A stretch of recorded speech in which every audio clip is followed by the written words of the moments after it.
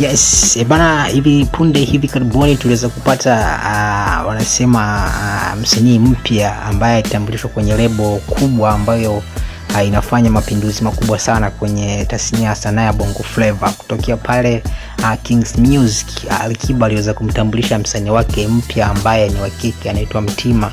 Yes, Mtima ni mwanamuziki ambaye anafanya sanaa yake kule nchini Rwanda, ni raia wa Rwanda, lakini Alikiba aliweza kumtoa Rwanda akamleta Tanzania hapo kwa ajili ya kwamba aliona kuna kipaji ndani yake. Sasa toka alipoweza kumsaini pale King Music, hivi ameachia kazi, na hivi karibuni kama siku 4 ameweza kuachia kazi yake mpya. Yes, ameachia kazi yake mpya ambayo imeenda kwa jina la Mabango. Yes, vitu hizo hapo bana. Ngoma ni kali, ngoma ni moto. Sasa bana, tunaweza tukamcompare na Zuchu. Huyu msanii ni kitu ambacho sidhani kama anaweza kaingia kwenye level za Zuchu. Wapi Alikiba na feli kuweza kufikisha kwenye viwango vya kama Zuchu alivyofanywa na Diamond Platinum kuweza kufikisha pale juu.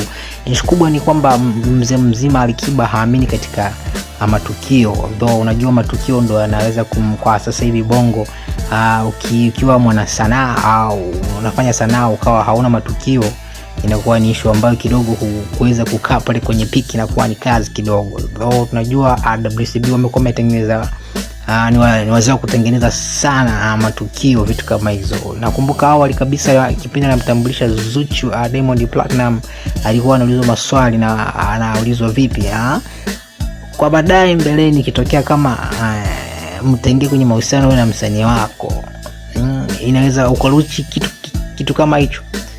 Diamond alikuwa anasema kwamba haiwezekani kutoka kitu kama hicho kwenye kazi. Sisi tuko tunafanya kazi, masuala mahusiano, mimi huyu atakuwa ni msanii wangu. Lakini baadaye jinsi ya kutengeneza soko, strategy za mipango, vitu kama hivyo, leo hii wameshatangaza kwamba mpaka shao ana vitu kama hizo. Hapo yote ni kuandaa matukio.